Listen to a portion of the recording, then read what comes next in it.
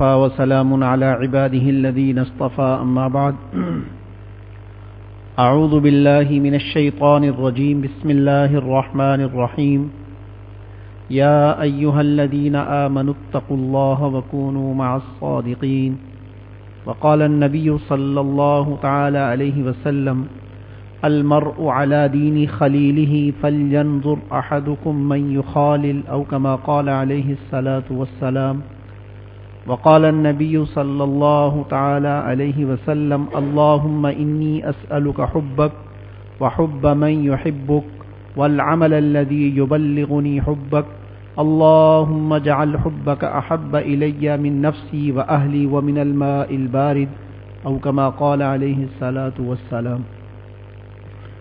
میرے پیارے بھائیوں، یہ آپس میں مل کر بیٹھنا اللہ کے لیے ہے اور اپنی اصلاح کی غرض سے ہے۔ اس مل کر بیٹھنے کو غنیمت جان لیں۔ یہ مل کر بیٹھنا بہت قیمتی ہے جو کہ اللہ کے لیے ہو، دنیاوی کوئی غرض نہ ہو۔ اپنے پیارے شیخ پیر و مرشد حضرت اقدس حضرت والا حضرت شاہ فیروز عبداللہ میمن صاحب دامت برکات عالیہ کے حکم پر اپنے دادا شیخ عارف باللہ محی السنہ رومی ثانی تبریز دوران جنید وقت حضرت مولانا شاہ حکیم محمد اختر صاحب رحمۃ اللہ علیہ کی کتاب ہے الہامات ربانیہ، اس میں سے حضرت کا حکم ہے کہ ضرور پڑھا کریں، تو بالترتیب صفحہ 1.5 صفحہ پڑھا جاتا ہے۔ تو حضرت والا ارشاد فرماتے ہیں اصلی مہاجر کون ہے، ہجرت کا کیا مطلب ہے، اس کو حضرت سمجھا رہے ہیں۔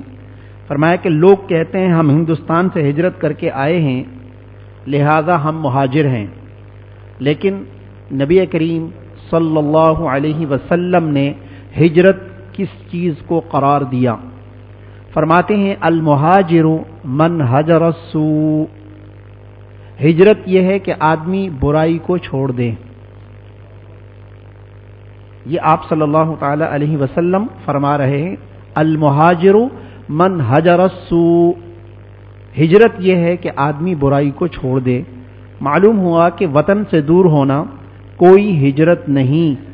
دوسری حدیث میں ہے المہاجر من ہجر الخطایا والذنوب رواہ البہقی، اس کے معنی یہ ہیں کہ ایک شخص کسی ملک میں رہتا ہے اور وہ اس ملک کو چھوڑ کر کہیں نہیں جاتا، لیکن اگر گناہوں کو چھوڑ دے گا تو قیامت کے دن مہاجر شمار ہوگا۔ ایک شخص کافروں کے ملک کو تو چھوڑ آیا لیکن گناہ نہیں چھوڑے تو یہ مہاجر نہیں۔ پس ہجرت وہ ہے جو بندے کو اس کے رب سے ملا دے، دور ہو اغیار سے اور مل جائے اپنے یار سے، اصل میں یہ مہاجر ہے۔ حضرت لوط علیہ السلام کی بات جب ان کی قوم نے نہیں مانی، حضرت لوط علیہ السلام اپنی قوم کو سمجھاتے رہے اور بتاتے رہے کہ وہ ایک فعل بد میں مبتلا تھی۔ ان کی قوم ڈکیتیاں، چوریاں، مرغے لڑانا، کتے لڑانا اور ساتھ ساتھ داڑھی مڈانا اور بیریش لڑکوں کے ساتھ گندا عمل کرنا ان میں پیش تھیں۔ ان تمام بیماریوں سے سب سے مقدم جس کو ذکر قرآن پاک نے کیا ہے خاص طور پر، وہ تھی بدفعلی جو کہ وہ لڑکوں کے ساتھ کرتے تھے۔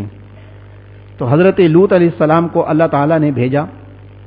یہ وہ واحد پیغمبر ہیں جو اپنی قوم سے نہیں آئے۔ حضرت لوط علیہ السلام حضرت ابراہیم علیہ السلام کے بھانجے یا بھتیجے تھے۔ اللہ تعالیٰ نے ان کو اس بستی کی طرف بھیجا جو اردن کے قریب ہے، اور وہ بستی والے ان نالائقیوں میں اور ان گناہوں میں مبتلا تھے۔ لوط علیہ السلام نے انہیں سمجھایا کہ اس فعل بد سے توبہ کر لو، اللہ تعالیٰ سے معافی مانگو، یہ کوئی اچھا فعل نہیں ہے، بہت گندا کام ہے جو تم کرتے ہو۔ کسی انسان کا دل دکھانا تو گناہ ہے، لیکن کسی جانور کو بھی تکلیف نہیں دینی چاہیے، بلا وجہ اس کو سزا نہیں دینی چاہیے۔ آپ صلی اللہ تعالی علیہ وسلم نے منع فرمایا کہ گھوڑوں اور گدھوں اور جانوروں، جو جانور سواری کے لیے استعمال ہوتے ہیں، گھوڑا ہے، گدھا ہے، خچر ہے، اونٹ ہے، فرمایا کہ ان کو ممبر مت بناؤ۔ کیا مطلب؟ یعنی ان کے کمر پر بیٹھ کر تم باتیں مت کرو، تم نے سفر کرنا ہے تو سفر کرو، ان کی کمروں کے اوپر بیٹھ کر تم بلا وجہ باتوں میں مصروف نہ رہو۔ یہ حق بتائے ہیں جانوروں کے کہ جتنا تم ان سے کام لیتے ہو اتنا اس کو چارہ بھی دو۔ آپ صلی اللہ تعالی علیہ وسلم کے زمانے میں شکایتیں جانوروں نے بھی کی کہ یہ ظالم مالک مجھ پہ ظلم زیادہ کرتا ہے، مجھے کھانے کو پورا نہیں دیتا۔ اللہ کے نبی نے اس کے بارے میں بھی ارشاد فرمایا۔ اور ایک عورت صرف اس وجہ سے جہنم میں چلی گئی کہ اس نے ایک بلی پال رکھی تھی، اور وہ بلی کو بر وقت نہ دودھ دیتی تھی، نہ اس کو چھچڑے دیتی تھی، نہ اس کو کھانے کو کچھ دیتی تھی۔ وہ بلی بھوکی اور پیاسی مر گئی تو اللہ تعالیٰ نے اس جانور کا حق ادا نہ کرنے کی وجہ سے اس عورت کو جہنم میں بھیج دیا۔ انسانوں کے کتنے حق ہوں گے خود سوچ لیں۔ انسانوں کے حقوق تو بہت ہیں، کسی کے دل کو دکھانا یہ تو بہت بڑا گناہ ہے۔ ایذائے مسلم حرام ہے۔ عمرہ کرنے کے لیے جا رہے ہیں، طواف کرنے کے لیے جا رہے ہیں، حج کرنے کے لیے اللہ تعالیٰ سب کو لے جائے، دل میں یہ عزم رکھیں کہ اللہ اپنا گھر دکھا دیجئے، پکا ارادہ رکھیں، اس کے لیے کوشش کریں۔ بڑی سعادت کی بات ہے، بڑی خوش نصیبی کی بات ہے۔ جن کے دلوں میں طلب ہوتی ہے، تڑپ، اللہ تعالیٰ ان کے لیے کوئی نہ کوئی سبیل بنا دیتا ہے، کوئی نہ کوئی راستے بن جاتے ہیں۔ اور طلب والے تو ایسے بھی ہیں، جیسے میں نے پچھلے اتوار کو آپ کو بتایا نا، اس 9 مسلم کا قصہ، جو جماعت وہاں پہنچی کفرستان کے اندر، تو وہ 9 مسلم ان جماعت والوں سے کہتا ہے کہ میرا دل تو بڑا چاہتا ہے کہ میں 5 وقت جماعت کے ساتھ مسجد میں جا کے نماز پڑھوں، لیکن یہاں تو مسجد قریب ہے ہی نہیں، بڑا کرایہ لگتا ہے، ٹائم لگتا ہے، میرے پاس اتنا ٹائم نہیں ہے، مجبور ہوں، میں ڈیوٹی کرتا ہوں۔ وہ ڈیوٹی کے دوران اتنا دور جا کے مسجد میں نماز پڑھنا، یوں سمجھو کہ وہ بلدیہ سے جا کے لانڈی میں نماز پڑھنے کے لیے جائے، کتنا فاصلہ ہے، اور نمازوں کے اوقات کتنے قریب ہیں، عصر مغرب عشاء۔ تو یہاں تو مسجدیں ہیں ہی نہیں، اور ہیں ایسا ہی ہے، کفرستان میں کہاں مسجدیں ہیں۔ اور بڑے حسرت سے پوچھنے لگا کہ آپ لوگوں کے ہاں مسجدیں قریب ہیں؟ اور ساتھیوں نے کہا مسجدوں کا جال بچھا ہوا ہے۔ کہا 5 وقت آپ لوگ جاتے ہو؟ کہا ہاں 5 وقت جاتے ہیں۔ کہا اذان بھی سنتے ہو؟ کہتے ہاں اذان بھی سنتے ہیں۔ پھر آخر میں جو اس نے بات کہی نا، یہ اس کی طلب دیکھیں، کہاں رہتا ہے؟ کفرستان میں۔ کہتا ہے کہ آپ نے خانہ کعبہ دیکھا ہے؟ میں کہا ہاں۔ کہا تم نے ہاتھ لگایا ہے؟ کہنے لگا ہاں۔ کہا کون سا ہاتھ لگا؟ کہا یہ۔ کہا دکھاؤ۔ ہاتھ کو پکڑ کے چوم رہا ہے، اس ساتھی کے ہاتھ کو پکڑ کے چوم رہا ہے، اور کہنے لگا یہ ہاتھ تم نے خانہ کعبہ پہ لگایا ہے، ان آنکھوں سے تم نے دیکھا، پیشانی پہ چوم رہا ہے اس کو کہ مبارک آنکھیں ہیں تمہاری کہ تم نے خانہ کعبہ کو دیکھا ہے۔ یہ حسرت ہے، یہ طلب ہے۔ آج ہمارے دلوں کے اندر اتنی طلب اور اتنی حسرت ہے، ہم کتنا مسجدوں کا احترام کرتے ہیں، کتنا مسجدوں میں حاضری دیتے ہیں۔ جوان ہیں، اللہ نے صحت دی ہے، جوانی دی ہے، بوڑھے بابے بیٹھے ہوئے ہیں، کمزور ضعیف بیچارے چل بھی نہیں سکتے، گھٹنوں کے مریض ہیں، ان کو شوق ہے مسجد میں آنے کا، اور مسجد میں پہنچتے ہیں، گرتے پڑتے مسجد میں آتے ہیں۔ اور اللہ نے ہمیں صحت دی ہے، جوان ہیں، سب کچھ ہیں، ہٹے گٹے ہیں، موٹے تازے ہیں، کوئی ضرورت نہیں، بس ایسے بلا وجہ پڑے ہوئے آتے نہیں ہیں مسجد کی طرف۔ جماعت کا اہتمام نہیں ہے، نماز پڑھ لیتے ہیں، جماعت کا اہتمام نہیں ہے، صف اول کا اہتمام نہیں ہے۔ اللہ تعالیٰ ان کمزوروں کی برکت سے بہت سارے گناہوں سے بچا دیتے ہیں۔ اور ایک حدیث میں بھی آتا ہے کہ اگر یہ کمزور لوگ نہ ہوں، دودھ پیتے بچے نہ ہوں، بے زبان جانور نہ ہوں، کمر جھکے بوڑھے نہ ہوں، لَسَبَبْنَا الْعَذَابَ صَبًّا، اللہ تعالیٰ کا عذاب تم پر بارش کی طرح برسے۔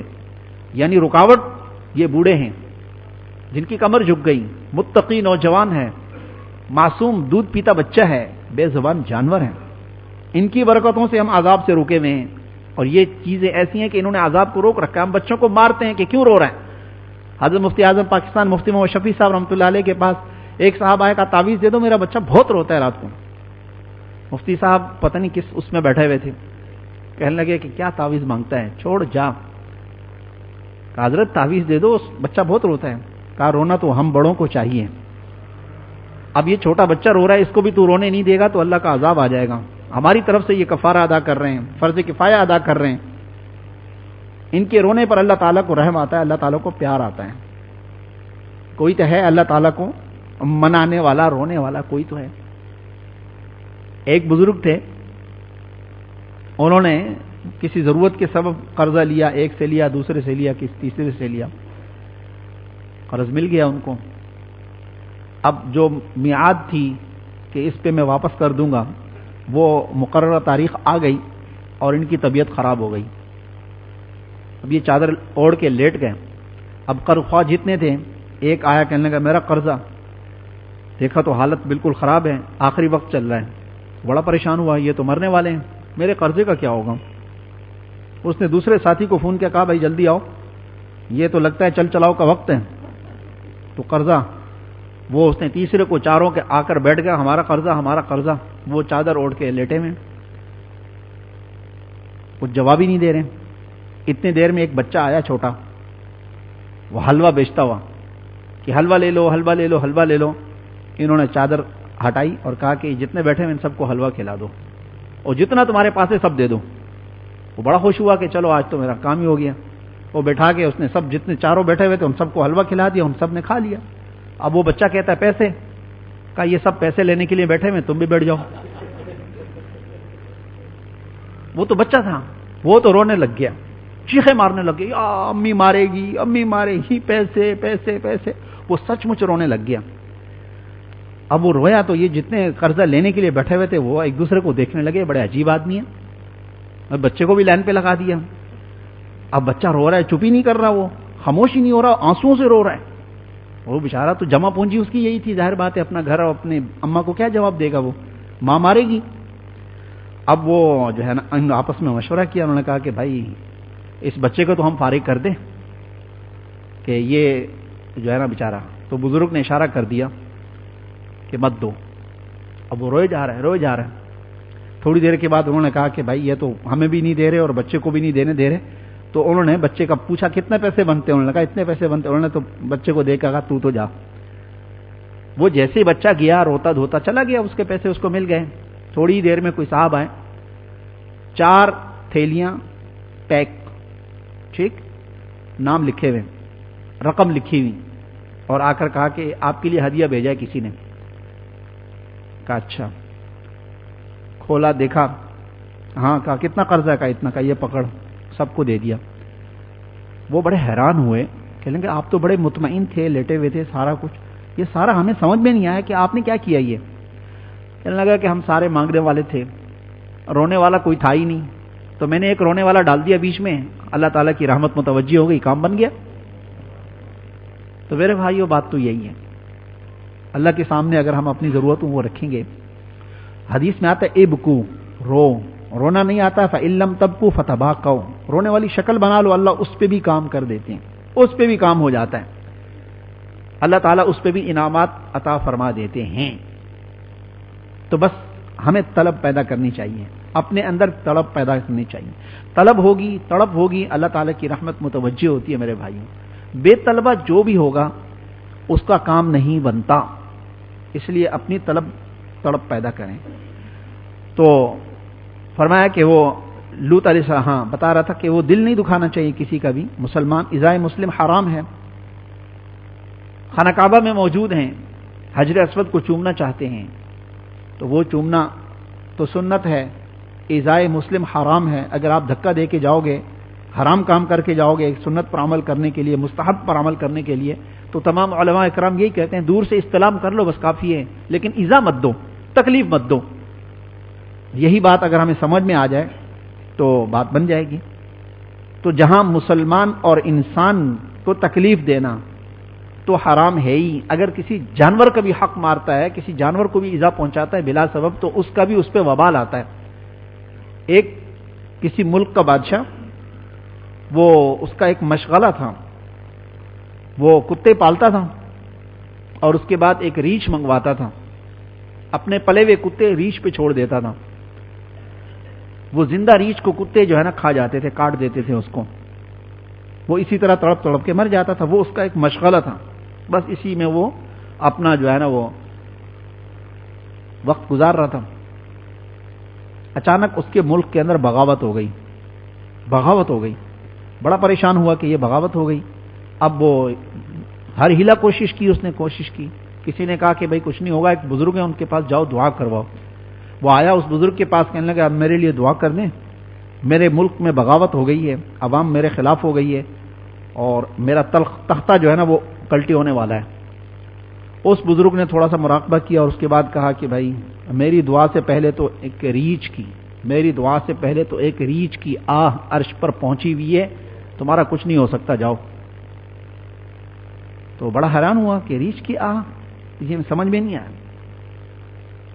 تو بعد میں پتہ چلا کہ اس کا کام یہی تھا کہ وہ کتے پالتا تھا اور زندہ ریچھ کے اوپر کتے چھوڑ دیتا تھا، تو وہ ریچھ کو کاٹ دیتے تھے اور اس کو مار دیتے تھے، قتل کر دیتے تھے۔ اس طریقے سے ریچھ کی آہ آسمان پر پہنچی اور اس کی دنیاوی اعتبار سے ذلت اور رسوائی کا ذریعہ اور سبب بنا۔ تو جو اللہ جانوروں کی سنتا ہے تو وہ انسانوں کی نہیں سنے گا؟ وہ تو سنتا ہے، وہ تو کہتا ہے کہ تم مجھے بلاؤ، ادعونی استجب لکم، تم مجھے بلاؤ میں تمہاری دعا کو سنوں گا، اور دعائیں سنتا ہے۔ اللہ تعالیٰ ہر دعا کو سنتا بھی ہے، قبول بھی کرتا ہے میرے بھائیوں، اور قبول کی صورتیں ہیں، بس وہ ہماری سمجھ میں آ جائیں تو ہم پھر مایوس نہیں ہوں گے۔ ہم مایوس ہو جاتے ہیں، ہم سمجھتے ہیں جو مانگ رہے ہیں بس یہی چیز ملنی چاہیے، اگر وہ چیز نہیں ملتی ہم سمجھتے ہیں ہماری دعا قبول ہی نہیں ہوئی۔ اس کی دعا کی قبولیت کی بہت ساری صورتیں ہیں۔ تو خیر بہرحال، تو حضرت لوط علیہ السلام نے اپنی قوم کو سمجھایا، بتایا ان کو، تو وہاں پہ بھی جو الفاظ استعمال ہوئے وہ کیا ہوئے؟ حضرت لوط کی بات جب ان کی قوم نے نہیں مانی اور سرکشی میں حد سے زیادہ بڑھ گئے تو آپ نے فرمایا، جس کو قرآن کریم میں اللہ تعالیٰ نے بیان فرمایا، قال انی مہاجر الی ربی، یہ کس نے کہا؟ حضرت لوط علیہ السلام نے کہا تھا، میں اپنے رب کی طرف ہجرت کر رہا ہوں، تم لوگ میری بات نہیں مانتے تھے، اس لیے اب میں تم سے دور ہو رہا ہوں، اپنے رب مولا حقیقی کی طرف ہجرت کرنے والا ہوں، یعنی اپنے رب کی رضا کی طرف جاؤں گا، جس سرزمین پر میں اپنے مولا کو زیادہ سے زیادہ راضی کر سکوں گا، وہاں جا رہا ہوں۔ کوئی ہجرت کرتا ہے فیکٹری کی طرف، کوئی ہجرت کرتا ہے وزارت اور سلطنت کی طرف، کوئی ملازمت اور تجارت کی طرف مہاجر ہوتا ہے، ایک ملک چھوڑ کر دوسرے ملک چلے جاتے ہیں، کہتے ہیں ہم نے ہجرت کی، حالانکہ کوئی گناہ نہ چھوڑا، یہ کیا ہجرت ہے؟ یہ سب مہاجر الی الدنیا ہیں۔ بعض ایسے بندے ہیں مثلا سندھ میں ہی پیدا ہوئے اور کبھی سندھ کی سرزمین سے باہر نہ نکلے، لیکن ہر گناہ سے ہجرت کر رہے ہیں، ہر برائی کو چھوڑ رہے ہیں، یہ مہاجر ہیں۔ ایسا شخص بزبان حال کہہ رہا ہے انی مہاجر الی ربی، الی کے معنی تک کے ہیں، انتہا الغایہ کے معنی میں ہے، مستعمل ہوتا ہے، جیسے کہتے ہیں کہ سافرت الی مکہ ذهبت من البیت الی المسجد، یعنی میں مکہ تک گیا، میں گھر سے مسجد تک گیا۔ تو کیا اس کے یہ معنی ہے کہ مسجد کے باہر ہی رہ گیا؟ نہیں، اس کے معنی ہے کہ مسجد کے اندر داخل ہو گیا۔ بس ہجرت الی اللہ کے معنی ہے بارگاہ حق میں داخلہ ہو گیا، درباری اور مقرب ہو گیا۔ بس ہجرت وہ ہے جو درباری بنا دے، اللہ کا پیارا اور مقرب بنا دے، یہ روح ہجرت کی ہے اور یہ ہر جگہ حاصل کر سکتا ہے۔ اس کے لیے نہ کوئی ملک چھوڑنا ضروری ہے، نہ سفر کسی زمین پر جاری رہے، مہاجر شمار ہوگا۔ انی مہاجر الی ربی، یہ آیت تلاوت کرتے وقت عجیب لطف ملا، الی ربی میں عجیب لطف ہے۔ اگر کوئی کافر کا ملک چھوڑ کر مسلمانوں کے ملک میں آ گیا لیکن نیت یہ تھی کہ وہاں روزی اچھی ملے گی، عیش سے رہیں گے، تجارت یا ملازمت اعلیٰ قسم کی کریں گے، تو وہ بزبان حال کہہ رہا ہے انی مہاجر الی الدنیا، میں دنیا کی طرف ہجرت کر رہا ہوں۔ یہ تو حضرت والا نے بات سمجھا دی ہمیں کہ اصل چیز کیا ہے؟ گناہ کو چھوڑنا ہے۔ اصل چیز گناہ کو چھوڑنا ہے۔ گناہ اچھی چیز نہیں ہے، گناہ گندی چیز ہے، اور یہ گناہ ایسے ہیں کہ انسان کے وقت کو خراب کرتے ہیں، انسان کی قسمت کو خراب کرتے ہیں۔ بہت سارے لوگ سنا کہتے ہیں جی میری قسمت پھوٹ گئی، میری قسمت خراب ہو گئی، میں کیا کروں؟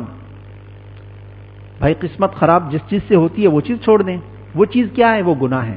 گناہ انسان کی قسمت کو خراب کرتے ہیں اور گناہ ہی انسان کے اندر نحوست کو پیدا کرتے ہیں۔ ہمارے گھروں کے اندر نحوست نماز نہ پڑھنے کی وجہ سے، نحوست شرعی پردہ نہ کرنے کی وجہ سے، نحوست فلمیں گانے ان چیزوں سے نحوست پیدا ہوتی ہے۔ قرآن پاک کی تلاوت اگر گھروں میں ہو، ذکر اگر گھر میں کرتے رہیں، تعلیم گھر میں ہوتی رہے، تو حدیث پاک میں آتا ہے وہ گھر جس گھر میں تلاوت ہو وہ گھر اتنے روشن ہوتے ہیں، ایسے روشن ہوتے ہیں، اہل آسماں زمین پر ان گھروں کو ایسے دیکھتے ہیں چمکتا ہوا جس طرح اہل زمین آسمان پر تاروں کو چمکتا ہوا دیکھتے ہیں۔ جب لائٹ نہ ہو آپ آسمان سے دیکھیں، آسمان کیسا جگمگ کر رہا ہوتا ہے، تارے چمک رہے ہوتے ہیں۔ تو ایسے ہی آسمان والے زمین پر ان گھروں کو جہاں ذکر اللہ ہو، تلاوت ہو، ایسا چمکتا ہوا۔ آج کیا معاملات ہیں آپ دیکھ لیں، مسجدوں کو تو آباد کر رہے ہیں، اچھی بات ہے، آباد کرنا چاہیے، گھروں کو بھی آباد کرنا چاہیے، گھروں کو قبرستان نہیں بنانا چاہیے، وہاں بھی ہماری ماں، بہن، بہو، بیٹیاں جو ہیں وہ قرآن پاک کی تلاوت کریں، وہ ذکر کا اہتمام کریں اور وہ تلاوت کا بھی اہتمام کریں، تو گھر کے اندر ایک نورانی ماحول بن جائے گا، گھر کے اندر فرشتوں کا ماحول بن جائے گا جی، اور وہ گھر چمکنے لگے گا، گھر کے اندر سے نحوستیں نکلنے لگیں گی۔ حدیث شریف میں آتا ہے جب بندہ دعا پڑھ کے گھر میں داخل ہوتا ہے، سلام کر کے گھر میں داخل ہوتا ہے، تو اس کے ساتھ جو جن ہے، شیطان ہے، وہ پیچھے کھڑا رہتا ہے، اس کو داخلہ نہیں ملتا اندر آنے کے لیے۔ یہی تو شرارتی ہیں، یہی تو آ کے شرارت کرتے ہیں، یہی تو لڑاتے ہیں، یہی تو ہمارا راشن کھا جاتے ہیں۔ ہم سنت کے طریقے سے جب ہٹے تو میرے بھائی یہ دنیا بھی ہماری خراب ہو گئی اور آخرت تو اللہ کی حفاظت فرمائے، تو ہم غیروں کے طریقوں کو چھوڑ دیں، پیارے نبی صلی اللہ تعالی علیہ وسلم کی سنتوں پر آ جائیں۔ ہمارے دادا شیخ عارف باللہ محی السنہ رومی ثانی تبریز دوران جنید وقت حضرت مولانا شاہ حکیم محمد اختر صاحب رحمۃ اللہ علیہ کا شعر ہے، نقش قدم نبی کے ہیں جنت کے راستے، صلی اللہ علیہ وسلم، نقش قدم نبی کے ہیں جنت کے راستے، اللہ سے ملاتے ہیں سنت کے راستے۔ سنتوں پر اگر چلیں گے تو اللہ سے جا کے ملیں گے میرے بھائیوں۔ یہ سنت پر چلنا عند اللہ محبوبیت ہے اور عند الناس بھی محبوبیت ہے۔ گناہوں کے ساتھ اگر ہم زندگی گزاریں گے میرے بھائیوں، چین سکون اطمینان تو ملے گا ہی نہیں۔ دنیا کے اندر بھی ذلت ہے، پھر قبر میں بھی اگر توبہ نہ کی تو پھر وہاں بھی آگے مسئلے مسائل پیدا ہوں گے۔ جو بھی توبہ کر لے گا اللہ تعالیٰ اس کے گناہوں کو بالکل معاف فرما دیتے ہیں۔ التائب من الذنب کمن لا ذنب له، گناہوں سے توبہ کرنے والا ایسا جیسے اس نے گناہ کیا ہی نہیں، سرے سے گناہ ہی نہیں کیا، اللہ ایسا مٹا دیتے ہیں میرے بھائیوں۔ اور التائب حبیب اللہ، توبہ کرنے والا اللہ کا دوست ہو جاتا ہے۔ کہاں اللہ ناراض تھے، جہاں توبہ کی دوستی ہو گئی، اور اللہ تعالیٰ نے دوستی کے لیے پہل کی ہوئی، آؤ مجھ سے دوستی کرو، اللہ نے خود پہل کی ہوئی، اللہ ولی الذین آمنوا، اللہ دوست ہے ایمان والوں کا۔ عام دوستی ایمان کے ساتھ ہی مل گئی، خاص دوستی چاہیے تقوی اختیار کر لیں، خاص دوستی بھی مل جائے گی انشاءاللہ تعالی۔ اور خاص دوستی ہی کے لیے ہم جمع ہوئے ہیں، عام دوستی تو ایمان کی برکت سے مل گئی ہے، خاص دوستی چاہیے، خاص دوستی۔ اور یہ خاص دوستی کا حکم اللہ تعالیٰ نے قرآن پاک میں ایک جگہ نہیں 400 سے زائد مرتبہ اللہ نے کہا اتقوا اللہ اتقوا اللہ اتقوا اللہ، 400 سے زائد مرتبہ۔ اتنا نماز کا بھی اللہ تعالیٰ نے قرآن پاک میں نہیں کہا جتنا تقوی کا کہا۔ تقوی کس چیز کو کہتے ہیں؟ تقوی نام ہے کف النفس عن الہوا، دل کے اندر گندے تقاضے، گناہوں کے تقاضے اور شہوت کے تقاضے پیدا ہوں گے، خیالات آئیں گے، لیکن ان پر عمل نہیں کرنا۔ شیطان ظالم ہے، وہ دل میں ایسے ہمارے برے کاموں کو مزین کر کے دکھاتا ہے، ہم کہتے ہیں نہیں یہ تو بڑا اچھا کام ہے۔ قرآن نے کیا کہا؟ افمن زین سوء عملہ فرآہ حسنا، آپ نے دیکھا کہ جو برے کام کر رہا ہے، گندے کام کر رہا ہے، وہ اپنے گندے کاموں کو بڑا اچھا دیکھتا ہے کہ میں بہت اچھا کام کر رہا ہوں، بہت صحیح کام کر رہا ہوں، حالانکہ وہ بالکل گندا کام کر رہا ہے، غلط کام کر رہا ہے، جو سنت کے خلاف چل رہا ہے۔ میرے بھائیو خلاف سنت تو پھر گناہ ہے نا، غیر کا طریقہ ہو گیا، یہودی کا ہو گیا، عیسائی کا ہو گیا، سکھوں کا ہو گیا، نبی کا طریقہ تو نہیں ہے وہ۔ نبی کے طریقے پر ہمارا جینا مرنا، ہمارے شادی بیاہ جتنی بھی ہیں سب اس طریقے پر، سنت کے طریقے پر آ جائیں تو پھر میرے بھائیو سب ختم ہو جائے گا، گناہوں کا کیچڑ خود بخود صاف ہو جائے گا، خود بخود صاف ہو جائے گا۔ اس کے لیے کوشش کرنی پڑتی ہے، کوشش کرنی پڑتی ہے، معلومات کرنی پڑتی ہیں، علم حاصل کرنا پڑتا ہے، پوچھنا پڑتا ہے۔ حضرت والا کا ایک رسالہ ہے، پیارے نبی کی پیاری سنتیں، اگر اس کو لے لیا جائے تو اس کے اندر ساری سنتیں، صبح سے لے کے شام تک، رات تک کی ساری سنتوں کا ذکر ہے۔ صبح کیسے اٹھنا ہے، بیت الخلاء میں کیسے جانا ہے، کپڑے کیسے تبدیل کرنے ہیں، سنت کا طریقہ، مسجد میں داخلے کا کیسا ہے، مسجد میں نکلنے کا کیسا ہے، وہ سارے سنت کے طریقہ۔ اور ایک سنت، من احیا سنتی فقد احبنی ومن احبنی کان معی فی الجنہ، جس نے میری سنت کے اوپر عمل کیا، من احیا سنتی، جس نے میری سنت پر عمل کیا، فقد احبنی، نبی علیہ السلام فرماتے اس نے مجھ سے محبت کی، نبی سے محبت کی، نبی کے طریقے کو آپ نے فالو کیا، سنت کے مطابق آپ مسجد میں داخل ہوئے، سنت کے مطابق پانی پی لیا، سنت کے مطابق کھانا کھا لیا، فقد احبنی، آپ نے نبی سے محبت کی۔ اور جس نے نبی سے محبت کی، کان معی فی الجنہ، وہ نبی کے ساتھ جنت میں ہوگا۔ اگر اللہ کے نبی اتنا کہہ دیتے وہ جنت میں ہوگا تب بھی کافی تھا، لیکن فرمایا کان معی فی الجنہ، وہ جنت میں میرے ساتھ ہوگا۔ حضرت معاذ ابن جبل رضی اللہ تعالی عنہ، پیارے صحابی، آپ صلی اللہ تعالی علیہ وسلم کے چہیتے، ساتھ ساتھ چل رہے ہیں، آپ ان کو یمن کا گورنر بنا کر بھیج رہے ہیں۔ جاؤ وہاں پر دعوت دو، لوگوں کو اللہ تعالیٰ کی طرف بلاؤ۔ حضرت معاذ گھوڑے پر بیٹھے ہوئے، نبی علیہ السلام پیدل چل رہے ہیں، رخصت کر رہے ہیں۔ اول تو معاذ اس بات پہ پریشان تھے کہ اللہ کے نبی پیدل اور میں، وہ اترنا چاہتے تھے، اللہ کے نبی فرماتے نہیں بیٹھے رہو بیٹھے رہو بیٹھے رہو بیٹھے رہو، رخصت کر رہے ہیں ان کو اور سمجھا رہے ہیں ان کو۔ اور اسی دوران فرمایا کہ معاذ ہو سکتا ہے یہ آپ کی میری آخری ملاقات ہو، اس کے بعد جب تم آؤ تو میری قبر پہ آؤ گے۔ حضرت معاذ جو اپنے آپ کو سنبھال کے بیٹھے ہوئے تھے، جب یہ بات سنی تو بس پیمانہ چھلک گیا، صبر کا پیمانہ چھلک گیا۔ اور اس کو بھی اٹھا دو، یہ جھٹکے لے رہا ہے۔ بابا کیا کرتا ہے؟ ہارون آباد سے آتا ہے اور یہاں سونے کے لیے تکیہ لگا دوں؟ اللہ کے بندے، سونے نہیں دیتا میں کسی کو بھی، سونا ہے تو پھر گھر میں، یہاں جھاگو۔ لوگ کہتے ہیں کہ جی وہ ہاں سکینہ نازل ہوتی ہے، تعلیم میں بھی سکینہ نازل ہوتی ہے، بڑی پیاری نیند آتی ہے جی، یہ محرومی ہے جی۔ کسی نے کہا ہمارے حضرت سے کہ حضرت یہ عجیب بات ہے کہ بیان میں سن بیٹھتے ہیں تو نیند آ جاتی ہے، تعلیم میں بیٹھتے ہیں تو نیند آ جاتی ہے۔ اور اس زمانے میں سینما ہوتے تھے، آج کل تو سینما ہر جیب میں موجود ہے، جانے کی بھی ضرورت نہیں ہے۔ جس کے پاس بڑا موبائل ہے، نیٹ لگا ہوا ہے، بس کسی چیز کی ضرورت نہیں ہے، سب برائیاں اس کے اندر ہیں۔ تو کہا سینما ہال میں 2-2 3-3 گھنٹے کے وہ ہوتے ہیں، ان کے سسٹم ہوتے ہیں جو چلتے ہیں، تو وہاں بالکل بھی آنکھ نہیں جھپکتی، ایسے آنکھیں پھاڑ پھاڑ کے دیکھتے رہتے ہیں، نیند بالکل بھی نہیں آتی وہاں پہ۔ یہ کیا بات ہے کہ یہاں بیٹھتے ہیں اور نیند آ جاتی ہے؟ حضرت والا نے بڑا عجیب جواب دیا، فرمایا کہ دیکھو بھائی، بچے کو کہاں نیند آتی ہے؟ اماں کی گود میں۔ بچہ کہاں سوتا ہے؟ اماں کی گود میں۔ اگر دشمن کے پاس چلا جائے تو بچہ پوں پوں پوں پوں چلاتا رہے گا، کبھی بھی نہیں سوئے گا، وہ اس کو نیند آئے گی اماں کی گود میں۔ کہا کہ ایسے ہی رحمان کی گود ہے یہ، تو اللہ تعالیٰ کے گھیرے میں آ گئے، رحمت کے گھیرے میں آ گئے۔ اللہ کی رحمت، نزلت علیہم السکینہ، سکینہ نازل ہو رہی ہیں، وغشیت علیہم الرحمہ، اللہ تعالیٰ کی رحمت نے ڈھانپ دیا ہے۔ تو اب سکون تو آئے گا نا، جب سکون آیا تو جھٹکے مارنے لگ گئے، تو نہیں، اب آنکھیں کھول کے دیکھو، اب شیطان محروم کر رہا ہے تمہیں۔ اب تم اس وقت شیطان کی گود میں تھے، جب سینما ہال میں تھے تو شیطان کی گود میں تھے، جب شیطان کی گود میں ہو تو کہاں سے نیند آئے گی تمہیں؟ وہاں تو نیند آئے گی بھی نہیں۔ تو یہاں شیطان محروم کر دیتا ہے، سلا دیتا ہے۔ تو اس لیے برابر والے کی بھی ذرا ذمہ داری بنتی ہے کہ وہ دیکھے کہ برابر میں کوئی بندہ سو تو نہیں رہا۔ اگر وہ سو رہا ہے تو اس کو تھوڑا سا ہاتھ لگا دے، اٹھا دے اس کو بھائی، اور وہ جس کو اٹھائے تو وہ برا بھی محسوس نہ کرے۔ ہمارے حضرت فرماتے ہیں بھائی، جو سر نیچے کر کے سنتے ہیں نا، ہمیں فرماتے ہیں بھائی مراقبہ نہ کرو، ذرا توجہ بغیر مراقبے کے ایسی آنکھوں سے آنکھوں ملائیں، تاکہ آپ کی آنکھوں سے مجھے مال ملتا ہے، اور میں آپ کو دیکھوں گا تو مجھے مال ملے گا، اور آپ مجھے دیکھو گے اللہ تعالیٰ آپ کی برکت سے مجھے عطا فرما دیں گے۔ تو سر نہ جھکائیں۔ دیکھتے ہیں، ہم دیکھتے ہیں جو لوگ سفر کرتے ہیں، جو ڈرائیور ہوتا ہے، کوچ والا ہوتا ہے، وہ برابر میں جو بندہ سو رہا ہوتا ہے نا، اس کو اٹھا دیتا ہے، وہ کہتا ہے اس کو لے جاؤ پیچھے، یہ سو رہا ہے، اس کے سونے کی وجہ سے مجھ پہ نحوست آئی اور میں بھی سو گیا تو پوری کی پوری بس کلٹی ہو جائے گی۔ تو سونا نہیں ہے، جاگتے رہیں۔ ایک جہاز کریش ہو گیا، اڑ رہا تھا، کریش ہو گیا، اس کا بلیک باکس جو ہے وہ مل نہیں رہا تھا، اور ڈھونڈنے کے لیے پتہ چلا تو وہ سمندر میں مل گیا۔ اب جب وہ دیکھا تو کچھ بھی نہیں، بس ایک بلیک باکس ہی ملا اور کچھ بھی نہیں ملا، لیکن ایک تختہ تھا، اس پہ ایک بندر تھا، وہ اچھل کود کر رہا تھا۔ اب انہوں نے فون کیا، وائرلیس کیا کہ بھائی کوئی ایسی ٹیم بھی بھیج دیں جو بندر کی زبان سمجھے، بندر کچھ کہنا چاہتا ہے، ہمیں سمجھ میں نہیں آتا، یہ جہاز کیوں کریش ہوا ہم اس سے پوچھنا چاہتے ہیں، بلیک باکس بھی گم ہو گیا، وہ بھی گر گیا، پانی کے اندر ڈوب گیا، بس یہی کہ بندر ملا اور ایک تختہ ملا، اب کیا کریں؟ انہوں نے ٹیم بھیج دی، وہ ٹیم نے آ کر اس سے مذاکرات کیے، بندر سے پوچھا کہ بھائی وہ پیسنجر کیا کر رہے تھے؟ اب وہ جناب وہ کہہ رہا ہے کہ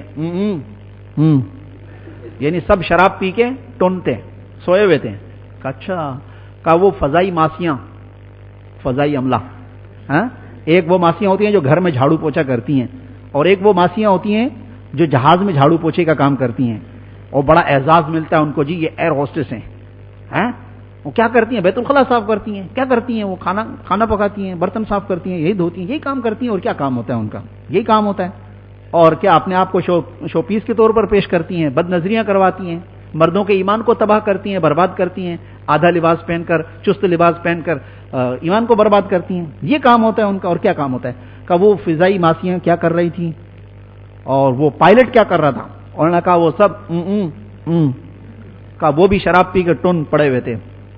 ارے تو کیا کر رہا تھا؟ انہوں نے کہا پھر تو جہاز نے کریش ہی ہونا تھا۔ جب جہاز کا چلانے والا ہی بندر ہوگا تو قریشی ہوگا، آخر اس کا نتیجہ یہی نکلے گا۔ تو میرے بھائی، ہمارے حضرت فرماتے ہیں کہ بھائی وہ ایسا نہ ہو کہ ہمارا معاملہ بھی ایسا ہو جائے کہ ہم سارے ٹون ہو جائیں، سو جائیں، تو پھر ہم بھی سو جائیں گے، پھر کیا ہوگا میرے بھائیوں، گاڑی کہاں چلی جائے گی؟ اس لیے جھانکتے رہیں۔ تو یہ درمیان میں جگانا ضروری ہے تاکہ تھوڑا سا توجہ ہو جائے، ہنسنے سے تھوڑا سا گنجائش زیادہ نکل آتی ہے۔ حضرت تھانوی صاحب رحمۃ اللہ علیہ کے مواعظ میں یہ بات لکھی ہوئی ہے۔ حضرت تھانوی صاحب رحمۃ اللہ علیہ فرماتے تھے کہ بھائی ہنسنا کون سا دل کو مردہ کرتا ہے؟ بہت سارے لوگ خشک ہوتے ہیں، کہتے ہیں جی ہنس رہے تھے، سارے ہنس رہے تھے، مسجد میں اللہ کے گھر میں بیٹھ کے ہنس رہے تھے، کوئی اچھی بات ہے؟ ہاں جی، اچھی بات تو نہیں ہے، لیکن آپ تفسیر سن لیں کہ ہنسی کون سی دل کو مردہ کرتی ہے۔ اگر ہر ہنسی دل کو مردہ کرتی تو اللہ کے نبی یہ دعا نہ دیتے، اضحک اللہ سنک، اگر تم کسی کو ہنستا ہوا دیکھو تو اس کو یہ دعا دو کہ خدا تمہیں ہنستا ہی رکھے، خوشی رکھے۔ تو ایسا کچھ بھی نہیں کہا۔ ہنسی وہ دل کو مردہ کرتی ہے جو حسینوں کے ساتھ ہو، نمکینوں کے ساتھ ہو، چمکینوں کے ساتھ ہو، ہگنے موتنے والی لاشوں کے ساتھ ہو، گناہوں کے ساتھ ہو، فلموں کے ساتھ ہو، شراب کے ساتھ ہو، وہ ہنسی دل کو مردہ کرتی ہے۔ اور جو اپنے ابا کو ہنسا رہا ہے تو ثواب ملے گا، جو اپنی اماں کو ہنسا رہا ہے ثواب ملے گا، جی جو اپنے دوستوں کو بیٹھ کے ہنسا رہا ہے ثواب ملے گا اس ہنسی پر۔ صحابہ کرام میں کتنے ایسے واقعات ہیں۔ اللہ کے نبی صلی اللہ تعالی علیہ وسلم ایک مرتبہ ہنسے، آپ کی داڑھیں تک کھل گئی۔ تو ہر ہنسی اس سے وہ نہیں ہے، مستثنا ہے کہ ہر ہنسی، ہاں لیکن کسی کو طنز نہ کریں، کسی کا استہزاء نہ کریں، کسی کو نشانہ نہ بنائیں۔ ویسے کوئی ایسی بات کر دی جس سے کہ تھوڑا سا تفریح ہو گئی، تو اس سے یہ ہوتا ہے، ہمارے حضرت فرماتے ہیں جب بوری میں مال ڈالتے ہیں نا، جب وہ بھر جاتی ہے تو اس کے کان پکڑ کے اس کو ہلاتے ہیں تو اس میں گنجائش نکل آتی ہے۔ فرمایا ایسے ہی باتیں دین کی سنتے سنتے جب تھوڑی سی بوریت ہو جاتی ہے تو کوئی ایک آدھ لطیفہ سنا کر تھوڑا سا ہلا دو تو سارے تھوڑے سے چوکنے ہو جاتے ہیں، گنجائش اور نکل آتی ہے، تازہ دم ہو جاتے ہیں، تھوڑا بات سننے کا اور موقع مل جاتا ہے کہ چلو بھائی تھوڑا اور کوئی نئی بات دین کی آ جائے۔ تو میرے پیارے بھائیوں، اصل چیز یہ ہے کہ ہم تقوی اختیار کریں، گناہوں سے اپنے آپ کو بچائیں۔ یہ کیسے ہوگا؟ اللہ کے نبی صلی اللہ تعالی علیہ وسلم نے صحابہ کرام کو کوئی کتابیں نہیں پڑھائی تھیں، ان کو کیا پڑھایا تھا؟ وَيُعَلِّمُهُمُ الْكِتَابَ وَالْحِكْمَةَ وَيُزَكِّيهِمْ۔ اللہ کے نبی نے ان کو قرآن پاک پڑھایا، ٹھیک، تعلیم دی، قرآن پاک کے الفاظ یاد کرائے، وَيُزَكِّيهِمْ، اور صحابہ کے قلوب کا تزکیہ کیا، ان کی اصلاح کی۔ نبی کی صحبت، ایک صحبت کی برکت سے جو فرش پہ تھے وہ ایک ہی نظر پڑتے ہی فرش سے اٹھا کے اللہ تعالیٰ نے ان کو عرش تک پہنچا دیا، وہ صحابی بن گیا۔ صحابی کا درجہ کتنا اونچا ہوتا ہے۔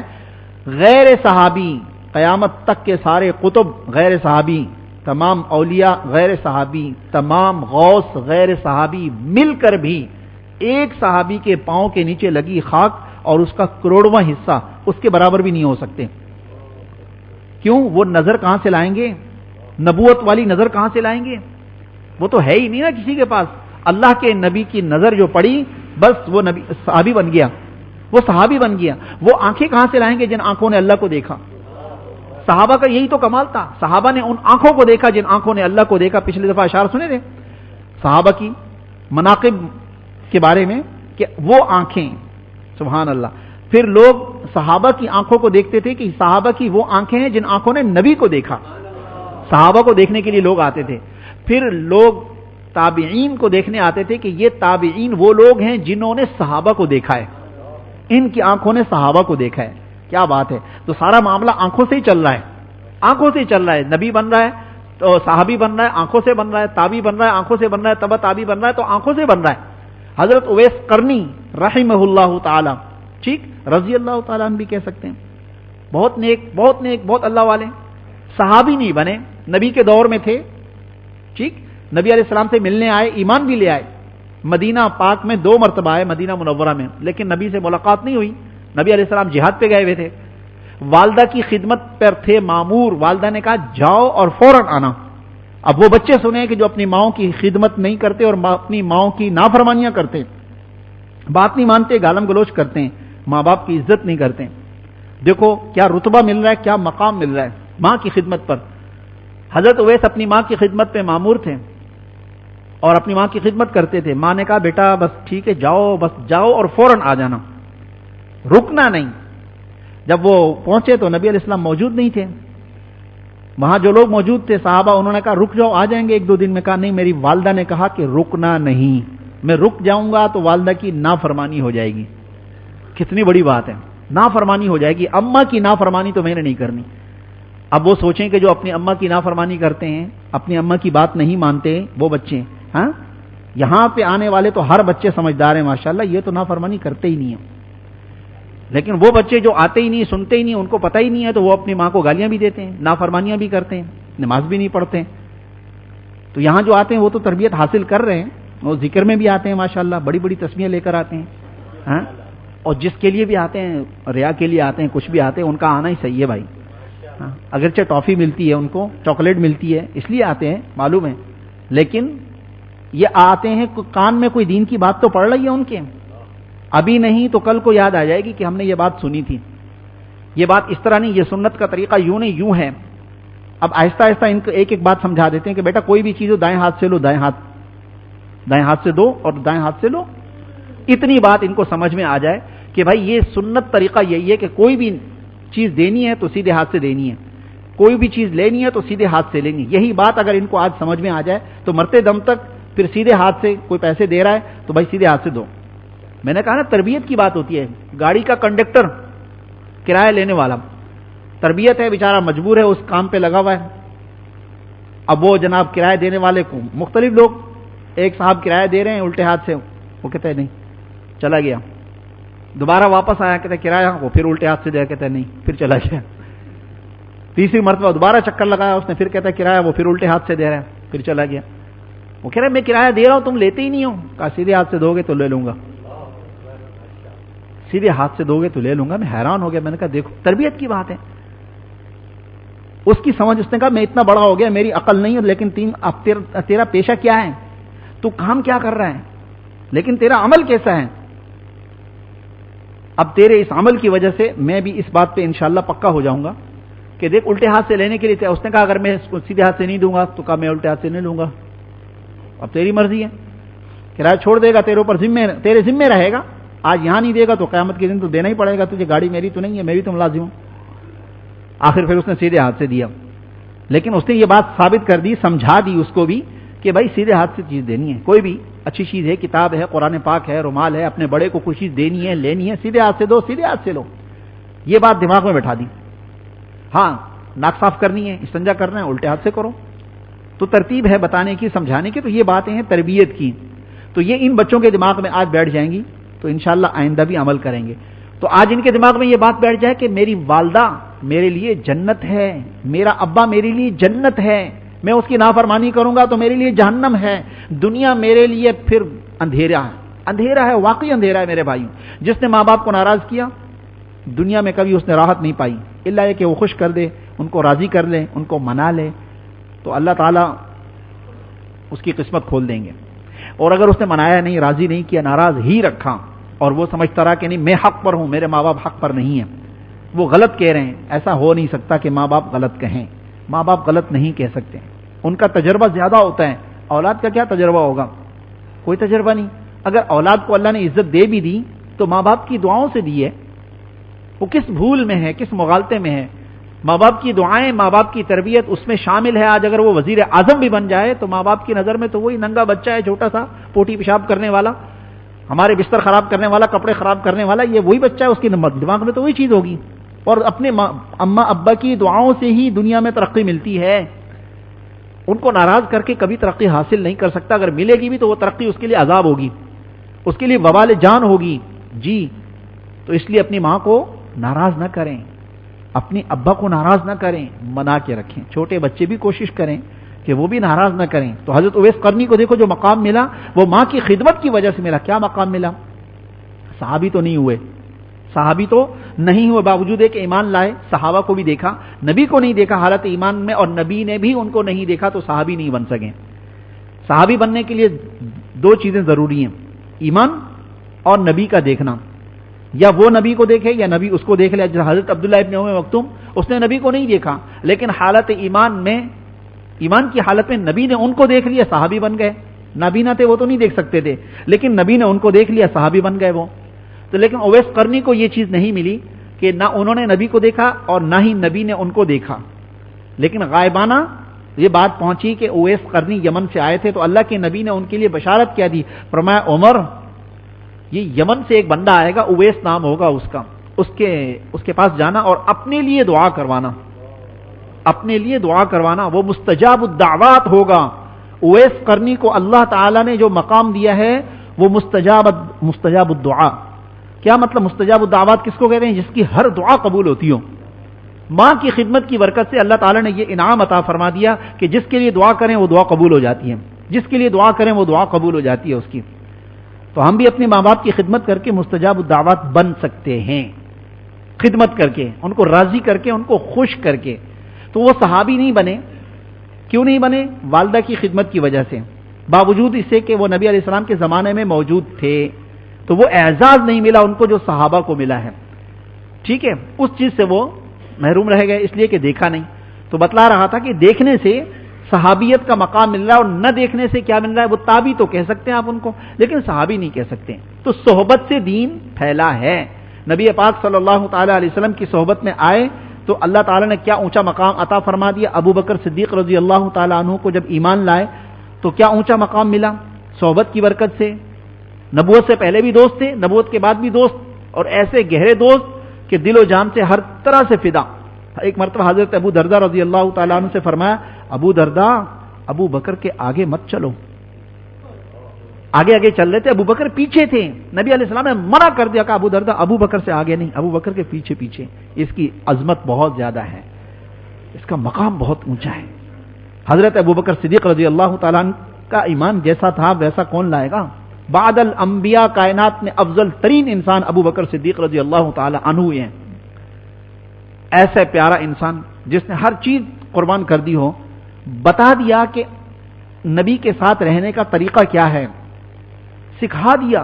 کیا ان کے دل میں ادب اور احترام تھا! اللہ اکبر۔ ہجرت کر کے جب مدینہ پہنچے تو نبی علیہ السلام کی پوری داڑھی کالی، حضرت ابوبکر کی پوری داڑھی سفید۔ مدینہ کے اکثر لوگ جو صحابہ ہجرت کر کے گئے تھے، ان کے علاوہ باقی جتنے لوگ مسلمان ہوئے تھے انہوں نے نبی کو نہیں دیکھا تھا۔ جب یہ وہاں پہنچے تو نبی علیہ السلام وہاں بیٹھ گئے، حضرت ابوبکر صدیق بھی بیٹھ گئے۔ مدینہ کے لوگوں کو پتہ نہیں تھا، وہ سارے آتے تھے حضرت ابوبکر صدیق کو سلام کرتے تھے، نبی علیہ السلام کو چھوڑ دیتے تھے۔ وہ سمجھتے تھے شاید یہی نبی ہے، لیکن ابوبکر صدیق نے بھی نہیں کہا کہ یہ نبی ہیں۔ کیوں؟ اس لیے کہ دل میں تو احترام تھا، ادب تھا کہ یہ سارے مصافحہ کریں گے، سلام کریں گے، نبی کو اذیت ہوگی، تکلیف ہوگی، اس لیے خود ہی سلام کر کے سب کو فارغ کرتے رہے، اور کسی نے پہچانا بھی نہیں کہ نبی کون سے ہیں۔ وہ پھر بعد میں جب تعارف ہوا تو پھر بعد میں پھر وہ بات کا مسئلہ تھا۔ ابو بکر صدیق رضی اللہ تعالی عنہ کو اللہ تعالیٰ نے بہت ساری صفات سے نوازا تھا، بہت ساری صفات سے۔ ایک موقع پر حضرت ابو بکر صدیق کے رشتہ دار تھے، حضرت مستح نام تھا ان کا، جنگ بدر میں شریک تھے۔ وہ جنگ بدر میں جو بدر میں شریک ہوئے، اللہ تعالیٰ نے بدری تمام صحابہ کے بارے میں فرمایا کہ میں ان سے راضی ہو گیا، یہ کچھ بھی کرتے رہیں، ہم نے ان کو معاف کر دیا، سب کچھ معاف کر دیا ان کا۔ اللہ تو جانتا ہے نا، عالم الغیب ہے، اللہ کو معلوم تھا یہ بے وفائی نہیں کریں گے۔ بہرحال ایک غلطی ہو گئی صحابی سے، مسٹیک ہو گئی۔ ام عائشہ صدیقہ رضی اللہ تعالی عنہا پر جب الزام لگا، تہمت منافقین نے لگائی، ظالموں نے، تو عام مسلمانوں میں حضرت مستح بھی ان کی زبان سے بھی نکل گیا۔ اور حضرت مستح بہت غریب تھے، ان کے گھر کا سارا راشن ابو بکر صدیق دیتے تھے، سب ابو بکر صدیق خرچہ برداشت کرتے تھے۔ جب ابو بکر صدیق کو پتہ چلا کہ مستح میری بیٹی کے بارے میں یہ کہتا ہے تو ابو بکر صدیق کو بڑا غصہ آیا۔ انہوں نے قسم کھائی اور کہا کہ میں آج کے بعد ان کے ساتھ بالکل تعاون نہیں کروں گا، بالکل مدد نہیں کروں گا۔ قرآن پاک کی آیات نازل ہو گئی۔ ہاں، اللہ تعالیٰ نے قرآن پاک کی آیات نازل کر دی اور فرمایا کہ ابو بکر سے کہو کہ تم مستح کو معاف کر دو، تم اگر یہ چاہتے ہو کہ اللہ تمہیں معاف کر دے تو تم مستح کو معاف کر دو۔ ابو بکر صدیق نے فوراً کہا کہ میں مستح کو معاف کرتا ہوں، مستح کو معاف کرتا ہوں، قسم کا کفارہ دیا، مستح کو معاف کیا، اور پہلے سے دگنا دینے لگے۔ آج ہے کوئی کسی میں اتنا دم، کسی رشتہ دار سے ناراضگی ہو جائے اور غلطی بھی اسی کی ہو اور پھر وہ اس سے راضی ہو جائے؟ کتنی بڑی بات ہے، کتنی بڑی بات ہے۔ لوگوں کو معاف کرنا سیکھیں، معاف کرنا سیکھیں۔ لوگوں کو معاف کرنے سے کیا ہوگا؟ آپ کا دل ہلکا رہے گا، آپ کا دل ہلکا رہے گا۔ وہ دوسرا کچھ بھی کرتا رہے، اس کی مرضی ہے بھائی، لیکن آپ کے دل میں جذبہ انتقام نہیں ہونا چاہیے. آپ کے دل کے اندر عفو، درگزر، معافی ہونی چاہیے. اس انتظار میں نہ رہیں کہ وہ مجھ سے معافی مانگے گا، بلکہ اس کی معافی مانگنے سے پہلے خود ہی معاف کر دو، خود ہی معاف کر دو. لیکن بعض اللہ کے مقبول بندے ایسے ہوتے ہیں کہ وہ اگر معاف کر بھی دیں تو اللہ معاف نہیں کرتا، اللہ معاف نہیں کرتا. جی ایسا ہی واقعہ ہے. حضرت یوسف علیہ السلام کے جو بھائی تھے، انہوں نے یوسف علیہ السلام کو جو اذیت دی، تکلیف دی، کنویں میں گرایا. اللہ تعالیٰ نے ان کی حفاظت کی، پھر نبوت ملی، سارا کچھ، پھر وہ سارے معاملات ہوئے. اب جب بھائیوں کو ہوش آیا تو بھائی کیا کہنے لگے؟ ابا ہمیں معاف کر دیجئے، ہمیں معاف کر دیجئے، ہم سے غلطی ہو گئی، ہم نے یوسف کو آپ سے جدا بھی کیا اور یوسف کو ہم نے تنگ بھی کیا، اپنی طرف سے ہم نے ان کو بڑی ایذائیں دی، آپ ہمیں معاف بھی کر دیجئے. کیونکہ نبی کے بیٹے تھے نا، یعقوب علیہ السلام تو نبی تھے، نبی کے بیٹے تھے. کیا کہتے ہیں کہ آپ بھی ہمیں معاف کر دیجئے اور اللہ تعالیٰ سے بھی ہماری معافی کرا دیجئے. ہو سکتا ہے آپ معاف کر دیں اور اللہ معاف نہ کرے، تو آپ ہماری معافی اللہ سے بھی آپ ہی کرا دیجئے اور آپ بھی ہمیں معاف کر دیجئے. یعقوب علیہ السلام نے کیا کہا؟ ہاں ٹھیک ہے، میں اللہ تعالیٰ سے تمہارے لیے معافی مانگوں گا، اللہ تعالیٰ سے بھی تمہاری معافی کرا دوں گا. تو بعض دفعہ ایسا ہوتا ہے کہ بندہ تو معاف کر دیتا ہے، اللہ معاف نہیں کرتے ہیں، تو اس لیے فوراً معافی. ایک واقعہ ہمارے حضرت نے سنایا، جن کا میں غلام، جن کے پاؤں کی خاک. فرمایا ایک آدمی اپنی ہگنے والی، موتنے والی، مرنے والی، سڑنے والی، گلنے والی لیلا، جو لڑکیوں سے عشق کرتے ہیں، وہ لڑکیاں کیا ہیں؟ آج بڑی اچھی لگتی ہیں، کل کو خراب ہو جاتی ہیں، حسن ختم ہو جاتا ہے، آنکھیں رس بری ہوتی ہیں، ختم ہو جاتی ہیں، بال بھی ختم ہو جاتے ہیں، بڈھے گدھے کی دم بن جاتے ہیں، اور چہرے پہ بھی جھریاں پڑ جاتی ہیں، حسن ختم ہو جاتا ہے. اب پھر کوئی بھی محبت نہیں کرتا، کوئی بھی پیار نہیں کرتا. ایک بزرگ کے پاس ایک صاحب آئے وقت لگانے کے لیے، وقت لگا رہے ہیں. ان کے پاس ایک خادمہ تھی عیسائیہ، وہ وہاں جتنے بھی سالکین تھے ان کو کھانا پیش کرتی تھی اور گھر کے وہ کچرا وچرا بھی اٹھاتی تھی. وہ بزرگ جو تھے وہ بڑے حکیم بھی تھے، وہ ان سے جو ہے نا ساری معلومات بھی لے لیتے تھے. تو یہ جو نو وارد نیا جو آیا تھا اپنی اصلاح کی غرض سے، یہ بیچارہ آیا، وہاں رہنے لگا، تو یہ اس مرض میں مبتلا ہو گیا.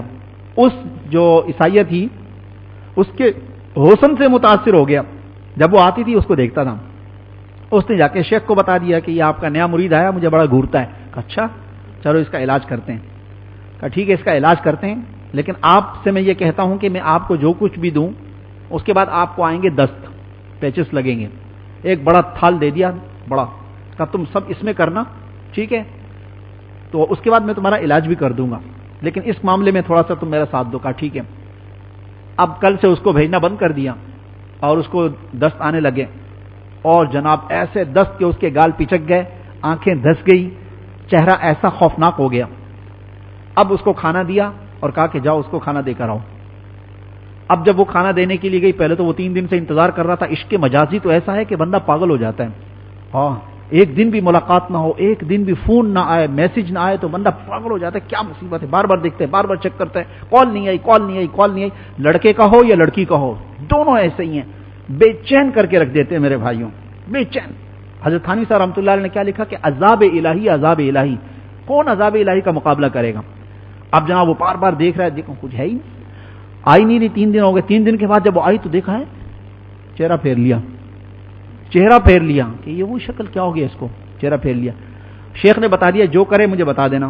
اور جب اس نے چہرہ پھیرا شیخ کو جا کے اس نے بتا دیا، اس نے میری طرف دیکھا ہی نہیں، منہ ادھر پھیر لیا. کہا اچھا اچھا ٹھیک ہے اب علاج کرتے ہیں. وہ جو تشت جس میں انہوں نے ہگا تھا، پخانہ کیا تھا، اس کے اوپر چاندی کا ورق لگا دیا. چاندی کا ورق لگا کے اس کو رکھا اور بلایا اس مرید کو. کہا جا بھائی. کہا گیا، کہا یہ کھاؤ. وہ بڑا پریشان ہوا، کیا چیز ہے یہ؟ کہا کھاؤ. بدبو سی تو آ رہی تھی بہت زیادہ. کیا ہے؟ کہا آپ کا محبوب، آپ کا معشوق. کہنے لگا کہ حضرت یہ تو پخانہ لگ رہا ہے مجھے. کہا ہاں یہی پخانہ تمہارا محبوب ہے، تمہارا معشوق ہے. کہنے لگا حضرت نہیں، میں تو اس سے محبت نہیں کرتا ہوں. کہا نہیں تم اسی سے محبت کرتے ہو، اسی سے محبت کرتے تھے.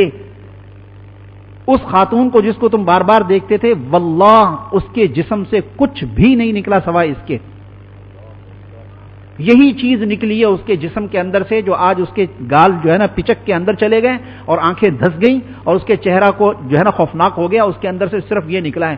تو گویا کہ تمہیں اس چیز سے محبت تھی، چاٹو اس کو، کھاؤ اس کو، شاباش۔ اب اس کے بعد جو اس نے کی توبہ نا، اس نے کہا میں 7 نسلوں تک توبہ کرتا ہوں، دوبارہ کبھی یہ کام نہیں کروں گا، آپ نے تو مجھے صحیح معنوں میں سمجھا دیا۔ کہا کہ صحیح معنوں میں سمجھا دیا، یہی ہے حقیقت، یہی ہے میرے بھائیوں۔ اندر کیا ہے، پیٹ کے اندر کیا ہے؟ گندی ہوا ہے، پیشاب پخانا، یہی چیز بھرا ہوا ہے، اور کیا چیز ہے؟ انہی چیزوں نے ہمیں پاگل کر رکھا ہے، دنیا کی چمک دمک نے، اور ان چیزوں نے ہم پاگل ہوتے ہیں۔ یہ سب دھوکہ ہے میرے بھائیوں، سب دھوکہ ہے۔ قبر میں جاتے ہی انسان کی آنکھ کھل جاتی ہے کہ میں کہاں مر رہا تھا، کس کے پیچھے مر رہا تھا؟ عہدے دنیا کے یہ سارے سب چیزیں ایسی ہیں میرے بھائیوں۔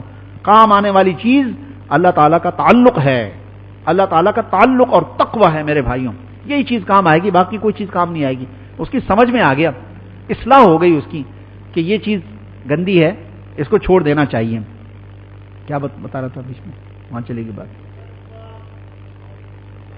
حضرت معاذ ابن جبل نہیں،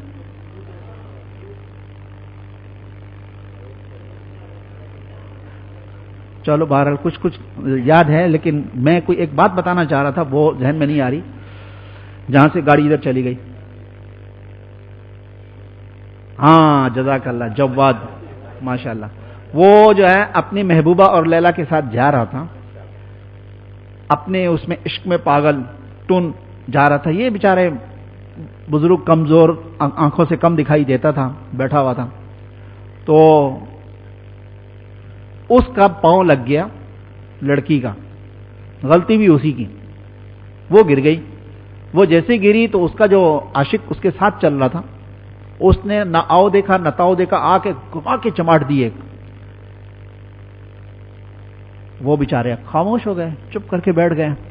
تھوڑا دور آگے گئے، اس عاشق صاحب کا پیشاب بند ہو گیا، پیشاب کرنا چاہتا ہے لیکن پیشاب آ نہیں رہا، چیخیں نکل گئی اس کی، بہت کچھ کیا لیکن کچھ سمجھ میں نہیں آیا۔ تو وہ لڑکی سمجھدار تھی، اس نے کہا کہ دیکھو وہ جو بابا تھا نا، تم نے اس کو بلا وجہ مارا ہے، ہو سکتا ہے اس کی بد دعا تمہیں لگی ہو، تو چلو اس سے معافی مانگتے ہیں، تم جا کے معافی مانگ لو۔ اب یہ اس کو لے کر آئی کسی بھی طریقے سے، کہا کہ بابا اس کو معاف کر دو، اس نے آپ کو بلا وجہ چماٹ لگا دی ہے، تو غلطی تو میری تھی۔ بند کر دیں بھائی، غلطی تو اس کی تھی، میری اپنی غلطی تھی۔ تو وہ آیا اور کہنے لگا کہ آپ نے مجھے بد دعا دی ہے، آپ مجھے معاف کر دیجئے۔ تو انہوں نے کہا میں نے بد دعا تو نہیں دی آپ کو، میں نے تو آپ کو اسی وقت معاف کر دیا تھا۔ کہا پھر میرا پیشاب کیوں بند ہو گیا؟ سنو، بڑا غور سے سنو، بہت اہم بات بتا رہا ہوں۔ کہنے لگا کہ میں نے تو اسی وقت معاف کر دیا تھا۔ تو نوجوان کہنے لگا پھر میرا پیشاب کیوں بند ہو گیا، پھر میں اذیت میں کیوں؟ کہا کہ جب تمہاری لیلا گری اور تمہیں غصہ آیا تو تم نے مجھے چماٹ ماری، تم کو تمہاری لیلا نے کہا تھا کہ اس کو مارو؟ کہا نہیں، اس نے تو نہیں کہا، اس نے تو مجھے نہیں کہا۔ کہا تو پھر آپ نے مجھے کیوں ماری چماٹ؟ جب اس نے نہیں کہا تو آپ نے مجھے کیوں ماری چماٹ؟ کہا کہ وہ مجھ سے دیکھا نہیں گیا، مجھ سے دیکھا نہیں گیا، مجھ سے رہا نہیں گیا، اس وجہ سے میں نے مار دی۔ کہا کہ ٹھیک ہے، اس کو اذیت ہوئی، اس کو تکلیف ہوئی، آپ سے رہا نہیں گیا ہیں، اور تم اس کا چاہنے والا ہے، ہاں تم اس کا چاہنے والا ہے، تو میرا بھی کوئی چاہنے والا ہے، میرا بھی کوئی چاہنے والا ہے، وہ میرا مولا ہے۔ ہم ڈھونڈتے مولا کو ہیں، پا کے رہیں گے، مولا کے تھے، مولا کے ہیں، مولا کے رہیں گے۔ میں نے تو معاف کر دیا لیکن اس نے بدلہ لے لیا، میں کیا کروں؟ اس نے بدلہ لے لیا، اللہ تعالیٰ نے تم پر یہ عذاب مسلط کیا ہے، بلا وجہ تم نے مجھے مار دیا، تو ہمارا بھی تو کوئی پوچھنے والا ہے، ہمارا بھی تو کوئی خیر خبر کرنے والا ہے۔ جب اللہ تعالیٰ سے تعلق مضبوط ہو جائے میرے پیارے بھائیوں، پھر اللہ تعالیٰ خود انتقام لیتے ہیں، بندہ تو معاف کر دیتا ہے، اور بندے کو حکم بھی یہی ہے کہ وہ معاف کر دیں۔ علامہ قشیری رحمۃ اللہ علیہ نے کیا لکھا؟ ان الولی لا ينتقم، ولی جو ہوتا ہے وہ کبھی بدلہ نہیں لیتا، والمنتقم لا يكون ولیا، اور انتقام کی آگ میں جلنے والا، انتقام اور بدلہ لینے والا کبھی بھی اللہ والا نہیں ہو سکتا۔ اس لیے معاف کرنا سیکھیں، اور معافی کے تو بہت بڑے فضائل ہیں، بہت بڑے فضائل ہیں۔ اللہ تعالیٰ کا یہ محبوب ترین مشغلہ ہے کہ اللہ تعالیٰ سے جب کوئی بندہ معافی مانگتا ہے، اللہ فوراً معاف فرما دیتے ہیں۔ بندے ایک دوسرے کو معاف کرنے میں دیر لگاتے ہیں، لیکن اللہ تعالیٰ دیر نہیں لگاتے، اللہ فوراً معاف کر دیتے ہیں۔ اللہ تھکتے بھی نہیں ہیں، ہاں ایک دوسرے کو ہم معاف کرتے کرتے تھک بھی سکتے ہیں، تانا بھی دے سکتے ہیں، لیکن اللہ تعالیٰ نہیں کہتے کہ اتنی دفعہ تم نے گناہ کیے، پھر معافی، پھر گناہ، پھر معافی، نہیں، اللہ تعالیٰ خوش ہوتے ہیں، اللہ تعالیٰ سے جو سوال نہیں کرتا اللہ اس سے ناراض ہوتے ہیں، جو اللہ تعالیٰ سے مانگتا ہے اللہ تعالیٰ اس سے خوش ہوتے ہیں۔ کیا عجیب معاملہ نہیں ہے؟ دنیا کے لوگ تو ناراض ہو رہے ہیں اور اللہ تعالیٰ خوش ہو رہے ہیں۔ اللہ تعالیٰ سے مانگو تو خوش ہو رہے ہیں، اللہ سے نہیں مانگو تو اللہ تعالیٰ ناراض ہو رہے ہیں۔ تو اللہ تعالیٰ سے اپنی اصلاح کی غرض سے مانگنا ہے کہ اللہ آپ میری اصلاح فرما دیجئے، آپ ارادہ فرما دیجئے۔ میں ارادہ کرتا ہوں، میرے ارادے سے کچھ نہیں ہوتا، اللہ آپ ارادہ فرما دیجئے، مجھے گناہوں سے بچا لیجئے۔ گناہوں کا سیلاب آیا ہوا ہے، دلدل ہے گناہوں کا، پھنسے میں ہم لوگ میرے بھائیوں۔ اللہ تعالیٰ سے دعا کریں گے، اپنی اصلاح کروائیں گے، جس کی جہاں مناسبت ہے وہ اپنی مناسبت کو دیکھے اور اپنی اصلاح کرائے۔ نوح علیہ السلام کے زمانے میں طوفان آیا، بچا کون؟